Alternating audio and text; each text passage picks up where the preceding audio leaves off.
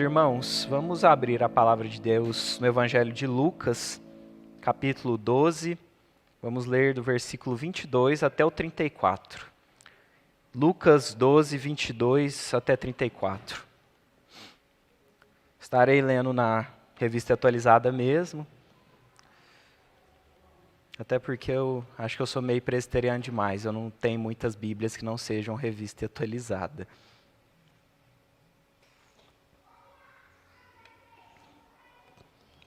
Vinte e dois. Beleza? A palavra de Deus nos diz o seguinte: a seguir, dirigiu-se Jesus aos seus discípulos, dizendo: por isso eu vos advirto, não andeis ansiosos pela vossa vida, quanto ao que haveis de comer, nem pelo vosso corpo, quanto ao que haveis de vestir. Porque a vida é mais do que o alimento, e o corpo mais do que as vestes. Observai os corvos, os quais não semeiam, nem ceifam, não têm despensa, nem celeiros. Todavia Deus os sustenta. Quanto mais valeis do que as aves. Qual de vós, por ansioso que esteja, pode acrescentar um côvado ao curso da sua vida? Se, portanto, nada podeis fazer quanto às coisas mínimas, por que andais ansiosos pelas outras? Observai os lírios, eles não fiam, nem tecem. Contudo vos afirmo que nem Salomão, em toda a sua glória, se vestiu como qualquer deles. Ora, se Deus veste assim a erva que hoje está no campo e amanhã é lançada no forno, quanto mais tratando-se de vós, homens de pequena fé. Não andeis, pois, a indagar o que haveis de comer ou beber, e não vos entregueis a inquietações, porque os gentios de todo o mundo é que procuram estas coisas, mas vosso Pai sabe que necessitais delas. Buscai antes de tudo o seu reino, e estas coisas vos serão acrescentadas. Não temais, ó pequenino rebanho, porque vosso Pai se agradou em dar-vos o seu reino. Vendei os vossos bens e dai esmola. Fazei para vós outras bolsas que não desgastem, tesouro inextinguível nos céus, onde não chega o ladrão, nem a traça consome. Porque onde está o vosso tesouro, aí estará também o vosso coração. Vamos orar mais uma vez? Deus Altíssimo, palavras maravilhosas o Senhor deixou registrado nas suas sagradas Escrituras. Palavras que nos consolam, que nos exortam, são palavras de vida eterna. Que o Seu Espírito Santo possa agir no coração de todos nós aqui essa noite, para que ela seja eficaz na salvação e santificação do nosso ser, Deus. Esteja conosco, é o que te pedimos, no nome santo de Jesus. Amém. Todo mês do ano, existem campanhas buscando uma conscientização sobre um determinado tipo de doença. Os dois mais famosos hoje em dia é o Outubro Rosa, em questão do câncer de mama, e o Setembro Amarelo, que tem a ver com doenças de cunho psiquiátrico. E realmente estamos vivendo um cenário bem desesperador quanto a questões de doenças psiquiátricas. Doenças como depressão, distúrbio maior da depressão, ansiedade, várias doenças que se enquadram nesse contexto da psique humana têm se proliferado tanto no Ocidente quanto no Oriente, e é um tanto quanto contraditório se nós levarmos em conta o que o mundo nos fala do porquê isso acontece, por causa de uma ansiedade por causa de dinheiro, por causa de um contexto social que não favorece as pessoas, mas nós somos a geração mais rica comparativamente, que já existiu na Terra. Hoje em dia, uma pessoa de classe média tem muito mais conforto material do que muitos reis durante a Idade Média. Também, a gente é uma geração extremamente estudada. Quase todo mundo hoje em dia tem a oportunidade de fazer um curso superior. Também não tem a ver com informação, não tem a ver com acúmulo de conhecimento. Porque senão essa geração não teria problema nenhum com relação a problemas psicológicos ou psiquiátricos. Aparentemente, ansiedade, depressão, qualquer angústia que envolve a alma do ser humano tem a ver muito com a nossa própria constituição. Parece que nós, por sermos seres humanos, somos seres angustiados, seres preocupados, seres ansiosos. Até mesmo muitos filósofos que não têm nada de cristãos comentam e relatam isso nas suas reflexões. Existe uma escola de pensamento que alguns aqui já devem ter escutado, chamado existencialismo, Sartre, Heidegger, que trazem que o ser humano naturalmente é angustiado e que pode estar tudo dando certo ao seu redor, pode estar tudo dentro de uma certa calma, uma certa tranquilidade, que mesmo assim vai ter algo dentro da pessoa dizendo, não, você não pode ficar assim, você tem que estar ansioso, você tem que estar de alguma maneira inquieto. Por que será que isso acontece conosco? Por que será que nós somos seres tão dados à preocupação, à ansiedade, a qualquer problema que envolva a nossa mente humana? Nesse texto, Jesus Cristo nos trouxe a resposta. E não só ele constata um problema e descreve o problema, como os filósofos fazem, mas ele também traz uma solução, coisa que nada nesse mundo pode dar. Os filósofos, os sociólogos falam, não, você é angustiado, você é ansioso, você tem que abraçar isso como sendo algo normal. Mas veremos que Jesus não quer nada disso para nós. Jesus quer um caminho muito melhor. E Jesus ele atrela essa condição de ansiedade, de depressão, de angústia, a dois grandes grupos de erros que pode acontecer na nossa mente. Dois grandes grupos de filosofias e modos de pensar e agir equivocados. Um pensamento errado sobre nós mesmos, sobre as nossas capacidades, sobre as nossas qualidades, e um pensamento errado sobre Deus. Quem é Deus, como que Deus age. Nesse primeiro grande grupo, sobre essa visão errada que nós mesmos temos da raça humana, do eu, da humanidade como um todo, Jesus nos diz, nada podeis fazer quanto às coisas mínimas. Logo antes de ter falado não acrescentar nenhum côvado da sua vida. A gente não pode acrescentar nenhum segundo mais à nossa existência. Nós não podemos nos trazer à existência. Se nós não podemos nem dar o básico para nós mesmos, que é estar vivo, que dirá o resto? Nós, seres humanos, somos seres extremamente prepotentes quando tratamos de controlar as coisas, querer controlar as coisas, querer controlar as circunstâncias. Tudo deve estar ao alcance de uma ligação, de uma fala, de alguma resolução que está dentro das nossas ferramentas, senão a gente fica completamente perdido e perturbado. E aqui, eu tenho certeza que todos nós passamos por esse problema.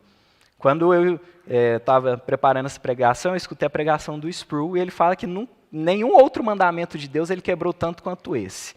E se até o Sproul, que é um dos maiores teólogos da nossa geração, tem problema com isso, que dirá nós. Por quê? Porque realmente, toda hora, nosso coração caído, nossa natureza pecaminosa e corrompida, vai querer que nós tenhamos o poder de controlar as coisas. O pecado, acima de tudo, é algo que deseja poder, um poder do homem sobre o próprio homem, o poder de definir o seu próprio destino. Mas Jesus está falando, isso é bobagem. Isso é uma grande besteira que o diabo fala aos nossos ouvidos e que nós, através da nossa natureza caída, reafirmamos nas nossas mentes. Nós não temos controle de nada, nós não podemos acrescentar nada, nenhum tempo a mais ou a menos à nossa vida. Até mesmo o nosso respirar, tudo isso vem de Deus e nós não podemos controlar nada. Uma prova grande disso é que se a gente pudesse controlar coisas como tempo, não estaria esse calor, eu tenho certeza. E se a gente pudesse controlar a expansão do reino, tenho certeza que a gente gostaria que a igreja crescesse muito mais rápido, mas nem as coisas básicas conseguimos, que dirá ficar conjecturando, confabulando sobre contextos que estão totalmente fora do nosso alcance. E outro grande problema que o ser humano traz, que além de ser muito prepotente, de achar que pode controlar tudo, o ser humano acha que consegue pensar as coisas melhor do que Deus. Essa metáfora dos lírios, muitas pessoas não compreendem muito bem por que aqui Jesus faz essa comparação com lírios, com flores, né?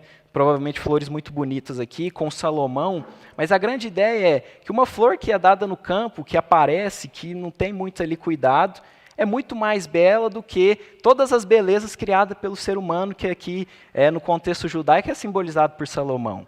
todas as construções, todas as engenharias, todas as riquezas que o homem pode fazer com o seu próprio braço, de certa maneira é simbolizado pelo personagem de Salomão, porque ele fez realmente grandes obras aos olhos humanos no seu período como rei de Israel.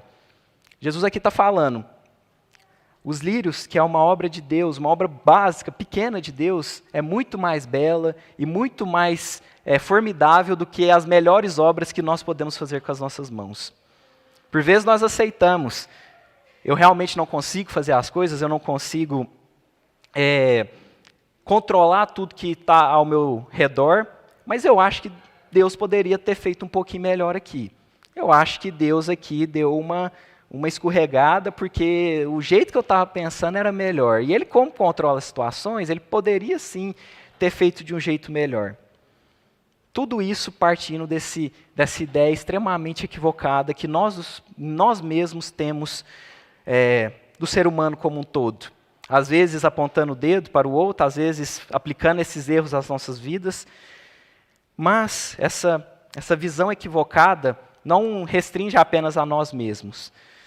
Nós também temos uma visão completamente errada de quem é Deus.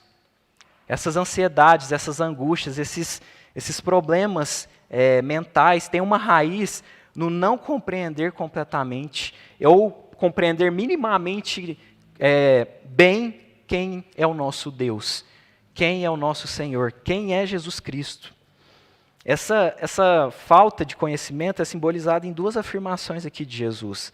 A primeira, vosso Pai sabe de vossas necessidades. Isso aqui está reforçado posteriormente lá em Hebreus, capítulo 4, versículo 15, que o autor de Hebreus traz aquilo que nós temos um sumo sacerdote que se compadece de nós, porque ele sofreu a nossa semelhança, excetuando o pecado.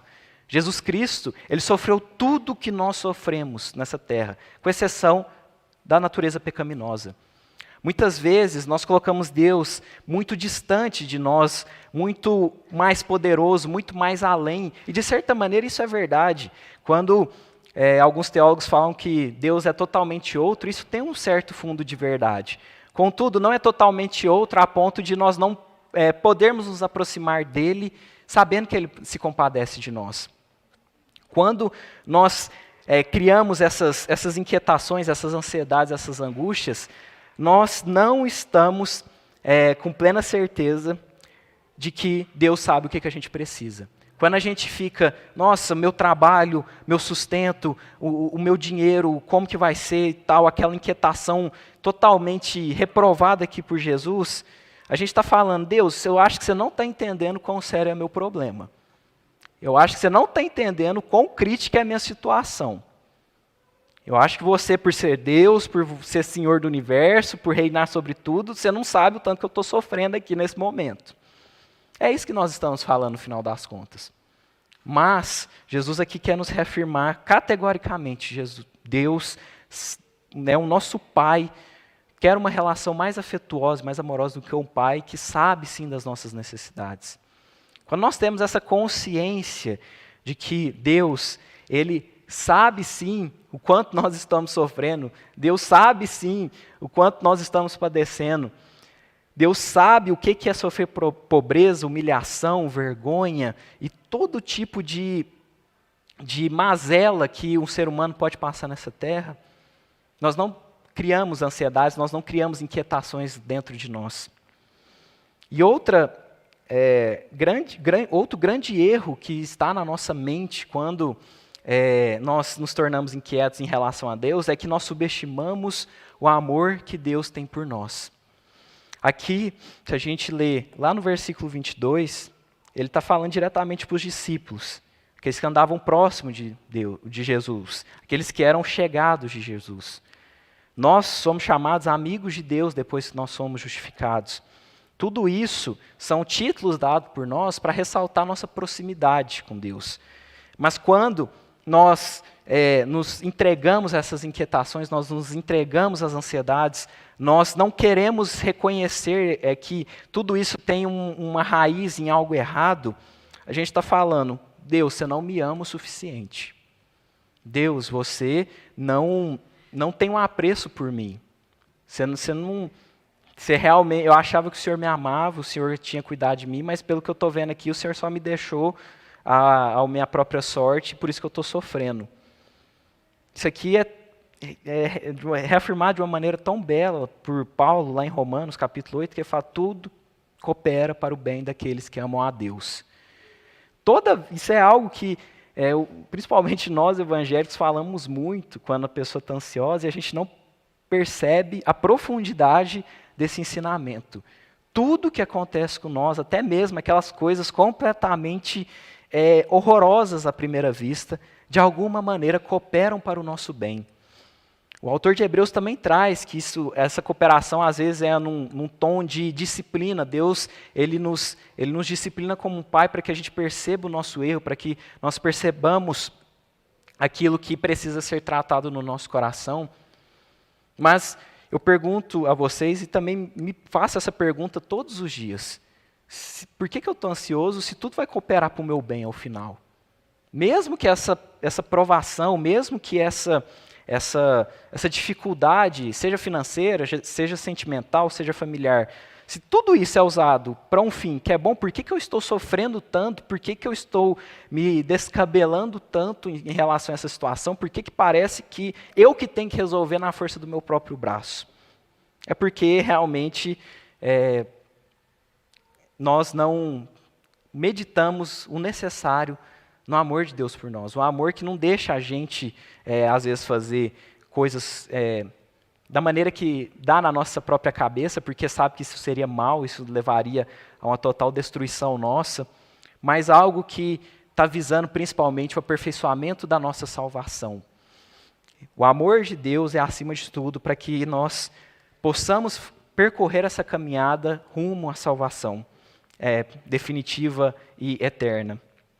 E percebam uma coisa, nós falamos aqui sobre visões erradas sobre nós mesmos, prepotência, se achar mais sábios do que Deus, visão errada sobre o próprio Deus, quem é Deus, achar que a gente sabe melhor do que Deus como conduzir as situações, a gente acha que Deus não se compadece de nós e não nos ama, um falso conhecimento sobre nós e um falso conhecimento sobre Deus. Isso é um dos grandes sumários e um dos grandes resumos que podemos fazer da nossa natureza pecaminosa.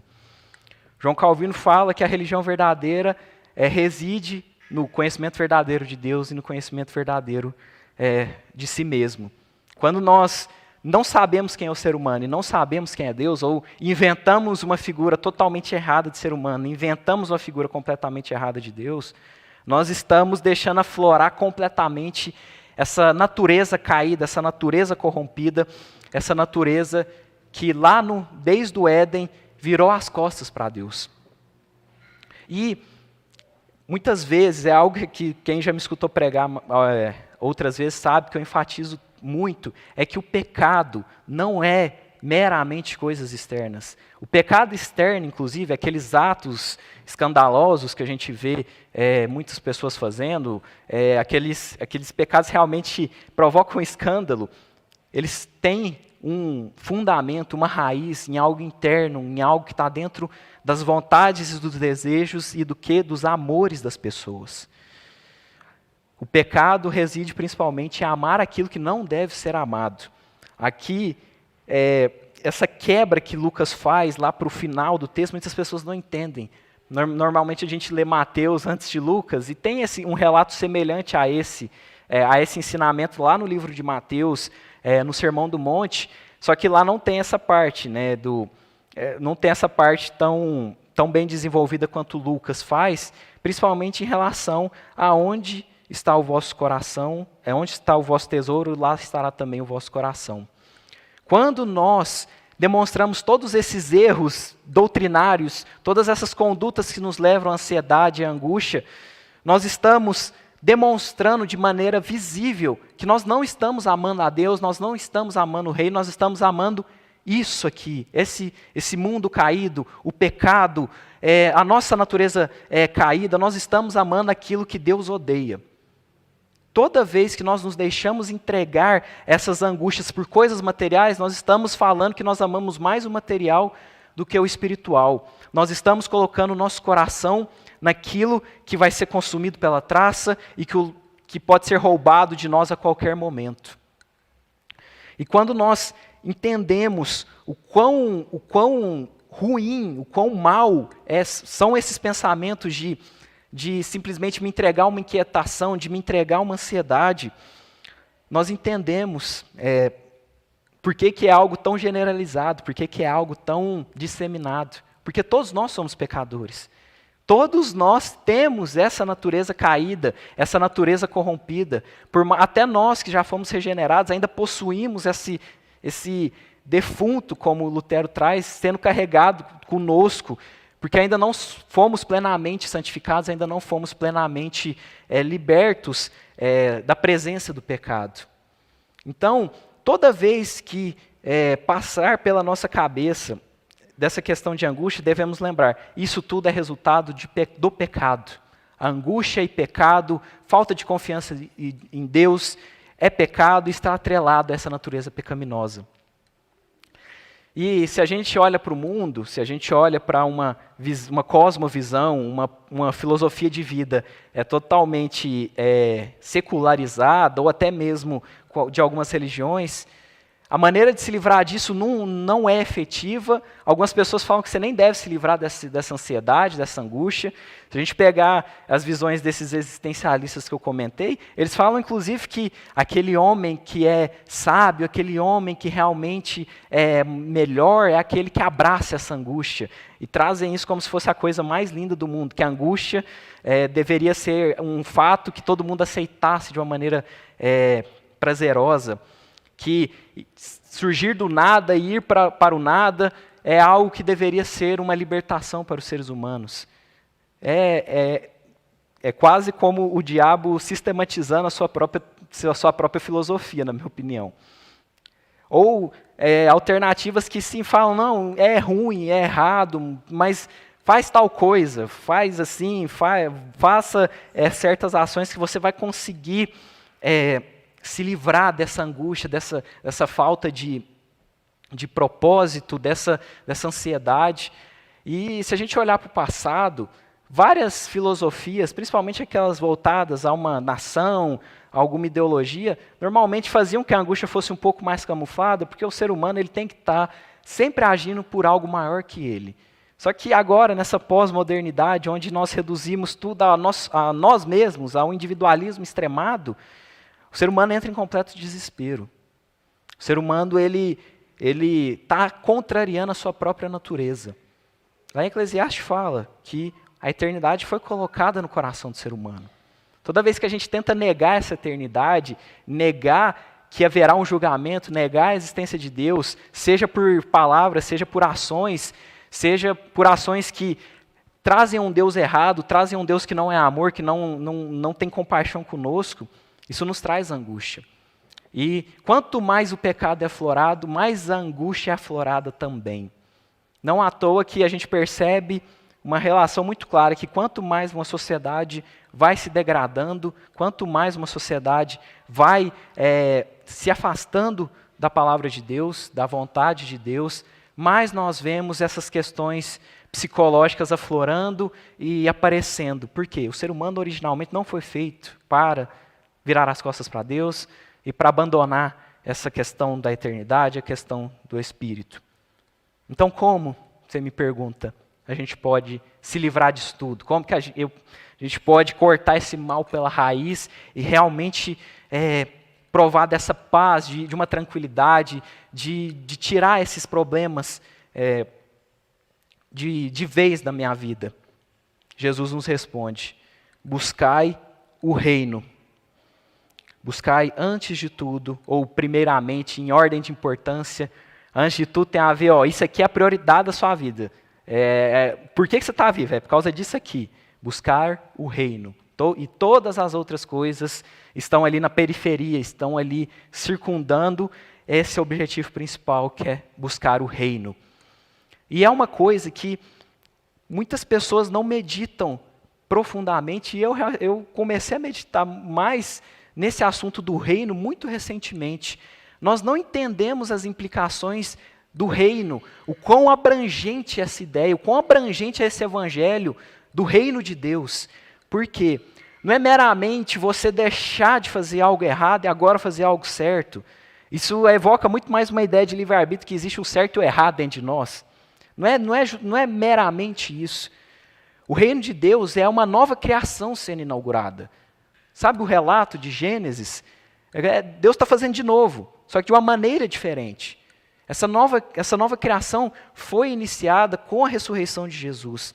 É uma nova criação que neste momento ainda está meio confusa, ainda está meio conturbado, porque ainda existe uma mistura de antiga e nova criação. Nós temos um novo coração, mas esse corpo ainda é caído, é um corpo associado a essa velha criação que será destruída. Mas o que Jesus está falando aqui é que se nós priorizarmos a busca por essa vida espiritual, essa busca que só pode acontecer no âmbito da nova criação, essa busca por amar aquilo que Deus ama, por desejar aquilo que Deus deseja, tudo isso vai trazer paz e vai trazer tranquilidade, vai tirar as nossas aflições, vai tirar as nossas ansiedades. E não é meramente as ações externas. Quando nós fazemos aquilo que Deus fala, para que nós avancemos o Espírito, avancemos essa nova criação e façamos subjugar a velha criação, seja oração, seja participar no culto, seja participar dos sacramentos, tudo isso vai fazendo com que tudo se torne orgânico e natural. Nós muitas vezes nem percebemos, ou mesmo percebendo, nós conseguimos ter calma quando o mundo está em completo caos.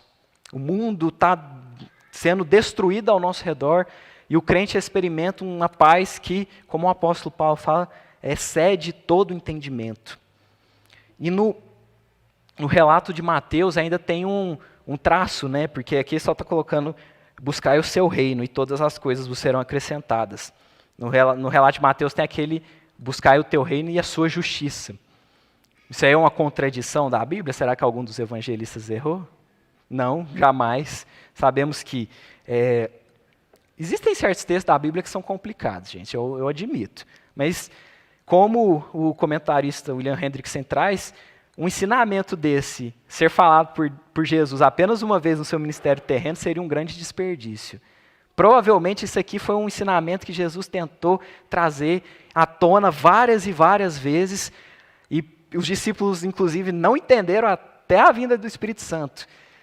Outro relato que aconteceu, outra história que aconteceu, que é relatado nos evangelhos, é a briga entre os discípulos por causa do pão. Jesus tinha acabado de multiplicar pão para 5.000 pessoas, aí chega no barco para atravessar o Mar da Galileia e fala, não, mas vocês só trouxeram pão, não vai dar para todo mundo. Começaram a brigar entre si, tipo, aquela briga que a gente acontece em acampamento. Eu sei que tinha que ter trago. Não, mas foi o outro. Mas por que não avisou? É a mesma coisa. Toda vez que a gente lê alguma dessas passagens, a gente acha que está muito distante de nós, mas a natureza humana não é tão diferente assim.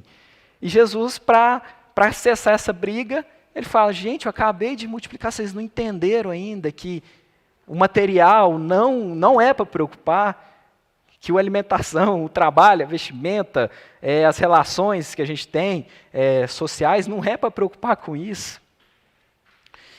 E essa justiça que o evangelista, o apóstolo Mateus traz, é buscar realmente essa salvação no sentido de se arrepender dos pecados. Se a gente se lembrar da epístola aos Romanos, que a justiça de Deus está associada à própria salvação do homem. Deus, ele imputa a sua justiça em nós quando nós cremos na obra de Cristo Jesus. O que Mateus aqui quer demonstrar é quando você busca ser salvo, quando você se arrepende dos seus pecados e crê na obra salvífica de Jesus, tudo vai ser acrescentado. Sua salvação vai ser evoluída, você vai buscar esse reino, mas busca primeiro a justiça. Arrependa-se dos pecados, procure a fé verdadeira e genuína no Messias, no nosso Salvador. E toda vez que nós alcançamos essa salvação, ou melhor, que Deus nos alcança e nos dá essa salvação, que nosso coração é regenerado, que nos é dada essa nova natureza, que agora está associado com essa natureza do Cristo ressurreto, uma natureza que não pode ver corrupção, que não pode ver morte, que não pode ver condenação. Isso não vem num combo separado, isso não vem só isso.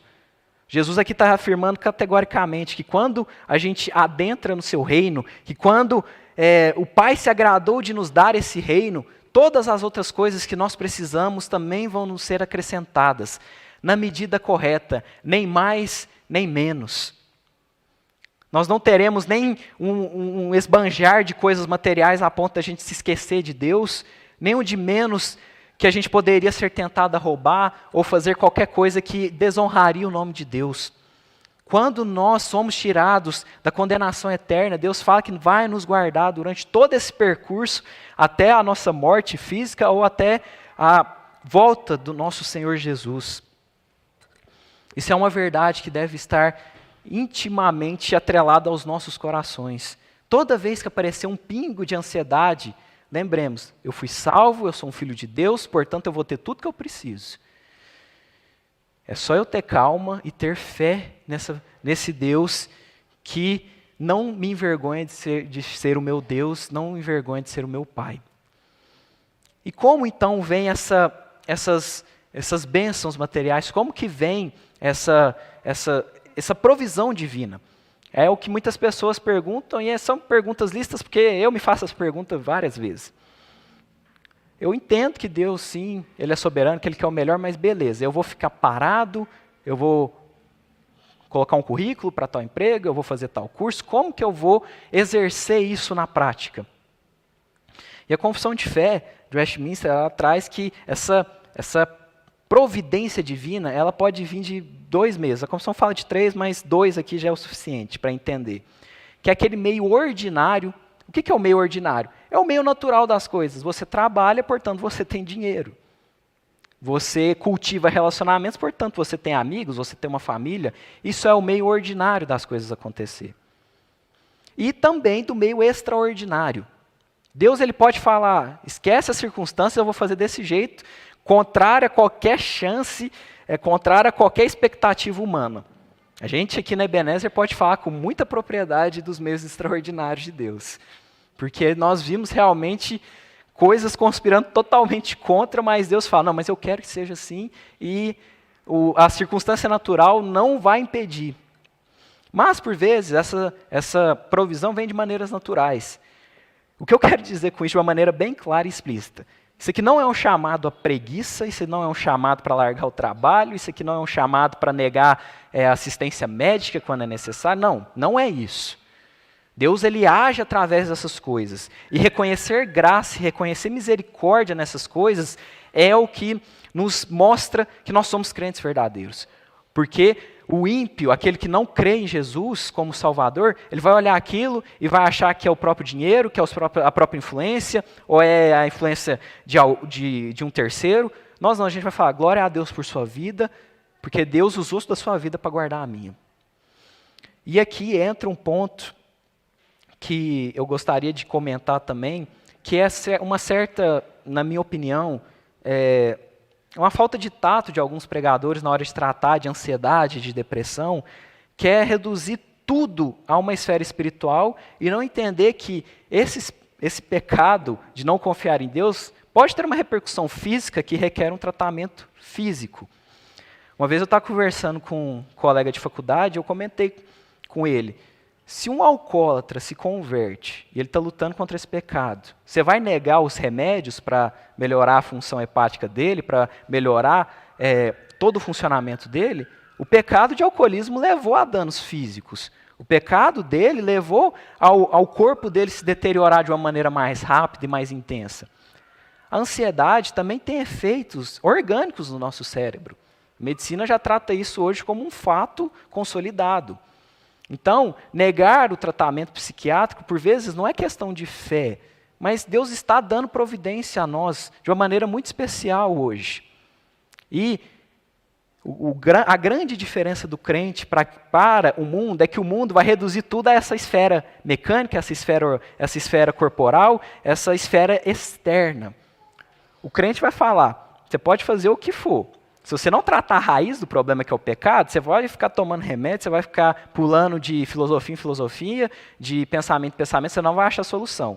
O crente vai falar, você pode ter assim um problema, Você está tirando a raiz, mas agora tem que tratar o corpo, porque por causa dessa raiz podre, o seu corpo físico ficou abalado. Então, sem exageros desnecessários, sem espiritualizar aquilo que não precisa ser espiritualizado, nem tornar orgânico e físico aquilo que é espiritual. Tratemos de uma maneira sábia e coerente esses problemas.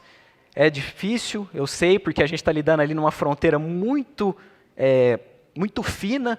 A gente está tratando da mente, que é algo que está ali de uma maneira que a gente não consegue explicar, atrelado ao nosso cérebro, mas também não tanto quanto a ciência gostaria que fosse.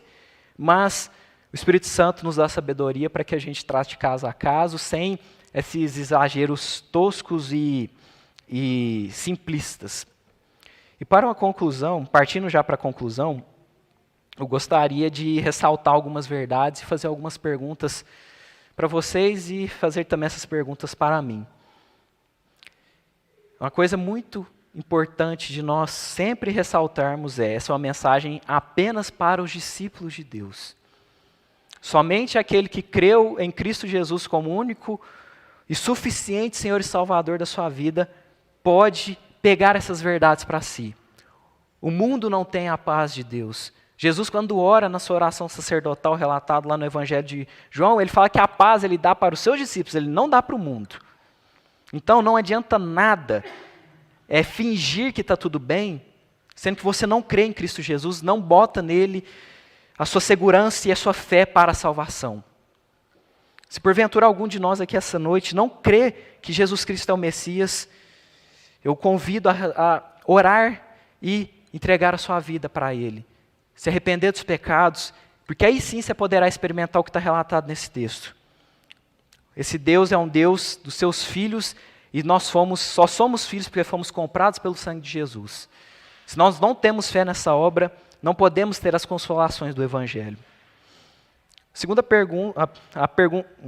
segundo ponto da conclusão, que seria a primeira pergunta, é: o que será que está nos levando a essa ansiedade se porventura está acontecendo nas nossas vidas? Será que é uma ideia errada que nós temos de nós mesmos?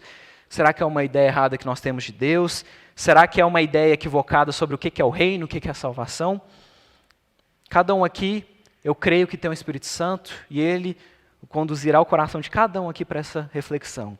Nenhum pregador, nenhum presbítero, nenhum diácono pode apontar o dedo, porque isso é algo intrinsecamente interno. Então, faça essa pergunta para si mesmo. Peça a Deus para sondar a própria alma e entender por que eu estou pecando, por que eu estou caindo nesses pontos, por que aparecem esses pensamentos. E por fim, meus irmãos, como diferenciar uma ansiedade, uma angústia errada, condenada aqui por Jesus, e uma angústia que o próprio Jesus falou que a gente ia passar nessa vida? O próprio Jesus falou que nós teríamos aflições, que nós teríamos que carregar a nossa própria cruz. A grande diferença é o último versículo, versículo 34. O nosso tesouro está onde? Essas preocupações, essas aflições estão acontecendo devido a quê? Porque isso revela onde está o nosso tesouro e, consequentemente, revela onde está o nosso coração. Será que eu estou me descabelando por coisas meramente materiais, ou será que eu estou realmente preocupado com o avanço do reino? Se esse for o caso, se for uma preocupação genuína por fazer o que é correto, por pregar o Evangelho, por fazer aquilo que o próprio Jesus mandou a gente fazer, aí nós teremos sim aflições. Mas é uma aflição que nós aqui crentes sabemos, é uma aflição que é suportável, porque o próprio Jesus fala que o jugo dele é leve. Jesus não vai nos dar algo insuportável como é a angústia do mundo.